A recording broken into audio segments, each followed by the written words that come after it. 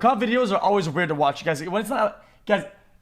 Dude, what? This lol? Or what? The audit guy lol. Welcome to Audit the Audit, where we sort out the who and what and the right and wrong of No, I'll give it a try.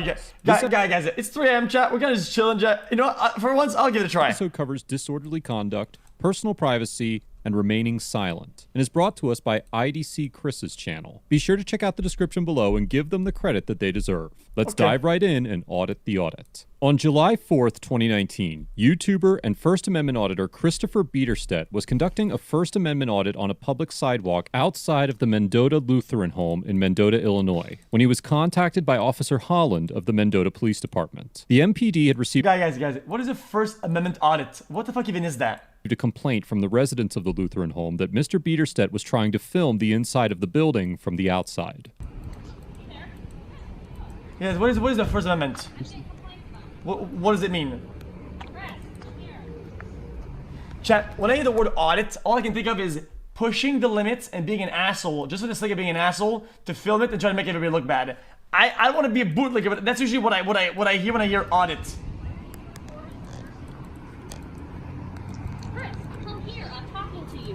Why are you recording the nursing home? You're upsetting the people who live here. Chris, stop walking. Stop. What is going on? Why are you recording the... Chris, stop. At this point, Mr. Biederstedt is officially detained and must obey the commands of the officer. In the infamous Terry versus Ohio case, the Supreme Court recognized that when an officer, by means of physical force or show of authority, has in some way restrained the liberty of a citizen, then a seizure has occurred. The moment that Officer Holland ordered Mr. Biederstedt to stop, he was officially detained and subject to the lawful orders of the officer. Whether or not the officer's orders are lawful is to be interpreted by a court. And in our current justice system, even if the officer's orders are unlawful, they must be obeyed when they are issued, and challenged later in court. I have covered the topic of detainment in many of my other videos, and I will not spend much time on it in this episode, but I highly recommend taking a look at past episodes to get a better understanding of how a detainment works and how it relates to the Fourth Amendment. This seems fair enough. Why are you recording the nursing home? I'm speaking to you. I'm getting complaints about your actions. What is going on? Chris, please let me go. No, I need to find out what's going on. You're upsetting the people. Guys, because if some people say complaints and people say something is going on, right? They don't know what the complaints were, dude. Okay, if you want to ask him questions, I think this is still kind of fair enough, though. Okay, to go ask the guy questions, it's not a full arrest letter, dude. How hard is it dude, to be cordial and say, hey man, I'm doing this. Okay, cool. Can you maybe not do this? Oh, okay, am I allowed to do this? Sure. Okay, goodbye. Guys, it takes like 5 seconds. How hard is it to be cordial? People who work here. So stop. I'm gonna go. I'm ordering you to stop. So stop. You work for me, I don't work for you. Well, I work for the public who called me here because of the actions Did I do anything illegal? You're upsetting the people who live here. Did I do anything illegal? 27 from 156. Can you assist? You need to stop, okay? I'm gonna What is going on and why Is this illegal? I want to know what's going on because you're upsetting these people. I want to know what you're doing. Did I do anything illegal? I don't answer questions. Definitely not to you. Disorderly conduct, Chris. Disorderly conduct You're how? alarming and disturbing the people who Am I allowed to photograph on the sidewalk or no? Section 26-1 of the Illinois Criminal Code states that a person commits disorderly conduct when he or she knowingly does any act in such unreasonable manner as to alarm or disturb another, and to provoke a breach of the peace. This is a prime example of a code whose language is so vague. Guys, this is like the greatest area that I've ever seen. This is like almost an area that almost has no white or black. It's just like such a wide almost gray area. Any action can be perceived as a anything violation. can disturb somebody depending on who the fuck it is and what Core disturbs tenets them. of the code are entirely subjective and inherently flawed. Codes like this one exist in almost every state, and they are typically just as vague. These codes essentially authorize officers to take anyone to jail for any reason, and are often used by officers to arrest civilians who have broken no other laws. We will discuss whether or not Mr. Biederstedt was committing a crime later in this episode. I'm trying to figure out what you're doing. Okay. Chris? Look, I'm going to put you in handcuffs if you don't stop. You could put me in handcuffs. Okay, then stop. No, you could put me in handcuffs. This isn't legal.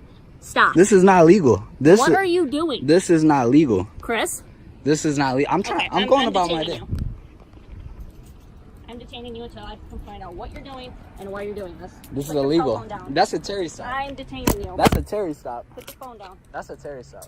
A Terry stop is a stop of a person by law enforcement officers based upon reasonable suspicion that a person may have been engaged in criminal activity. Mr. Biederstedt is correct that Officer Holland is conducting a Terry stop based on the reasonable suspicion provided by the 911 call that the department received. Yeah, this is why this is so hard, chat, but because sometimes the Karens and the weirdos are gonna 911 some bullshit and say, yo, dude, I think this guy, he might have a gun. Dude, I think this guy... And dude, if you're an officer, what can you do though? You're fed information that's wrongful and dog shit because of fucking idiot Karens. What can you do though? Like...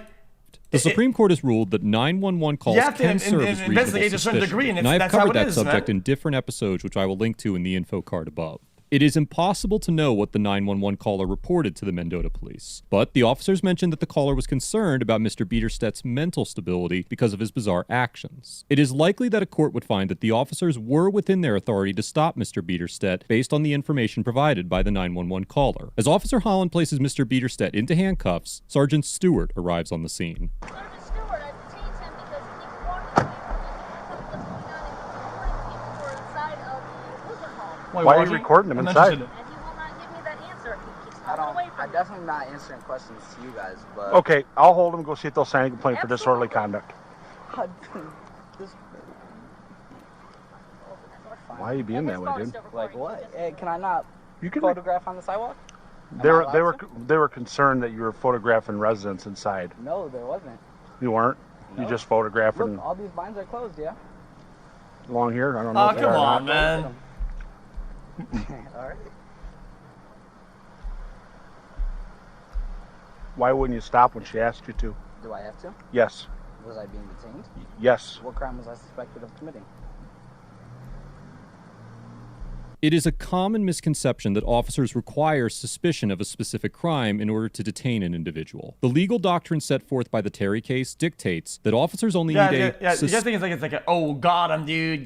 But dude, that's not how it is, though. That criminal activity is afoot. If an officer can point to specific facts which made them believe that some crime may have been committed, then the officer may detain an individual in order to investigate further. Although photographing on a public sidewalk is not a crime in and of itself, there are limitations to the protections offered by the First Amendment. Citizens are entitled to a reasonable expectation of privacy in certain places. And in the 1967 Supreme Court case of Katz versus United States, Justice John Marshall Harlan established a two-pronged test for determining whether an individual's expectation of privacy is reasonable. Interesting that the same people that say that they do all this for privacy are okay with somebody fucking filming them inside their fucking homes on the basis that the blinds are closed. Like, Katz test considers whether an individual has exhibited an actual subjective expectation of privacy and whether the expectation is one that society is prepared to recognize as reasonable. That being said, the First Amendment does protect the act of public photography, and the public domain extends to whatever can be seen from a public location. While citizens may assume that they have a reasonable expectation of privacy inside their homes, courts have ruled many times that photographing the inside of a home through an open window is a constitutionally protected activity.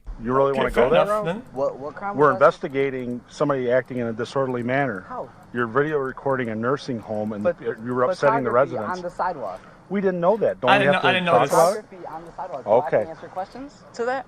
No, I don't. Guys, this is because I'm sure, guys, other laws that come into play and other law. This is a flat law, right? It's across the board, and other laws come into play if it's like stalking or like being weird or like the other things come into play, but how they do it. But the base of it still makes sense. Wow.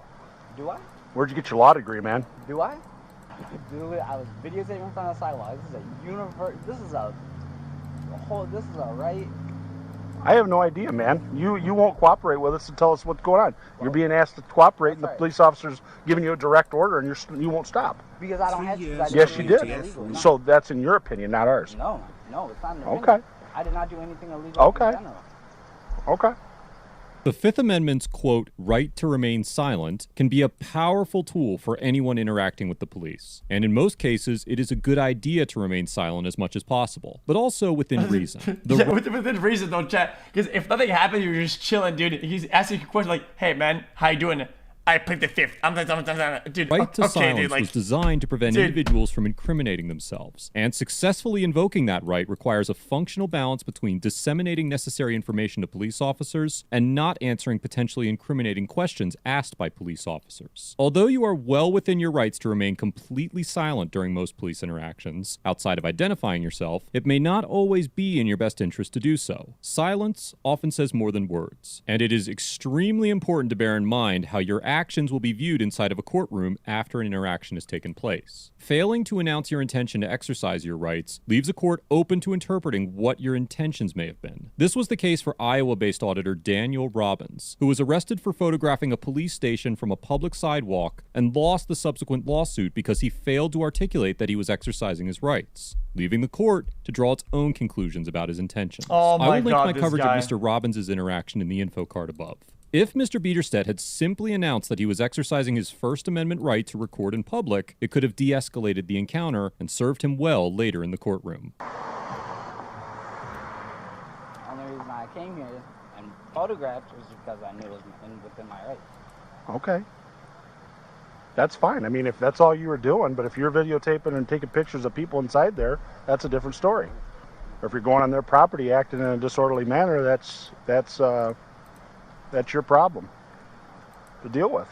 That's it? That's all you have to do? Officer That's all you have Holland to say? eventually returns with what appears to be a staff member of the facility and informs Mr. Biederstedt that he is under arrest for disorderly conduct. Sergeant Stewart escorts Mr. Biederstedt to the patrol car, and then something amazing happens. So he's walking by videotaping the building? Videotaping the building. He's like zooming in on the What- windows, what- zooming that's- in on the doors. They don't know if they're zooming or I not. know, It's and not illegal to do so that. I explained to them what's going on, and they're like, "Oh my gosh, okay, I don't know what he's doing." Okay, It's but with time the out. state. That's not illegal to I do don't know if that. she's zooming or not.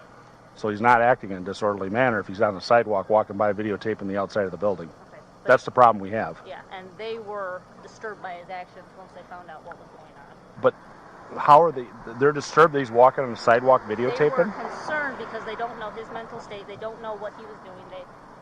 Yeah, but that's on them. Well, though. he wasn't, I mean, other than not obeying you, which is a no-no, which, I mean, that is what it is, but as far as walking by with a video camera, I mean, I'm not, that's not something that, Now she's just eating their garbage up now, dude. Jesus. even though they're, bothered by the actions that he was doing. you could be bothered by a lot of things, Sam.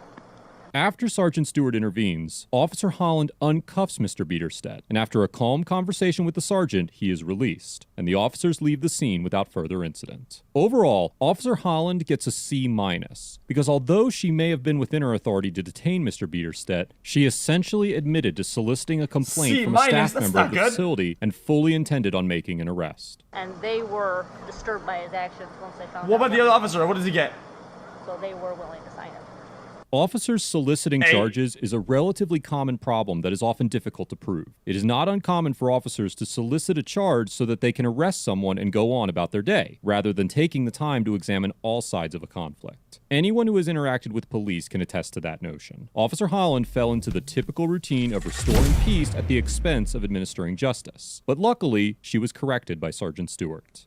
Sergeant Stewart gets an A+ Yeah, for no, engaging hey, with Mr. Biederstedt hey, in a challenging pretty- but cordial conversation, 33 months, and for questioning Officer xQc Holland's out. tactics and ordering her to release Mr. Biederstedt. It is Stewart kinda went hard with this increasingly one. rare to see an officer display a relatively thorough knowledge of constitutional protections, but it is even rarer to see a supervisory officer object to the charges brought by a fellow officer on those grounds. I commend Sergeant Stewart for having the proper knowledge and awareness to dispute Officer Holland's assertions, and ensure that peace was restored and justice was equitably served. Well-informed officers deserve to be in supervisory positions. All I and hear is Sergeant facts, Stewart facts, no problem. demonstrated Disagree great with policing this during this auditing stuff. encounter. The Mr. police need Biederstedt to gets a obey B+, the law just because like we do. I don't disagree with this auditing Oftentimes, stuff. The police have a misunderstanding they can interrogate and incriminate people for nothing.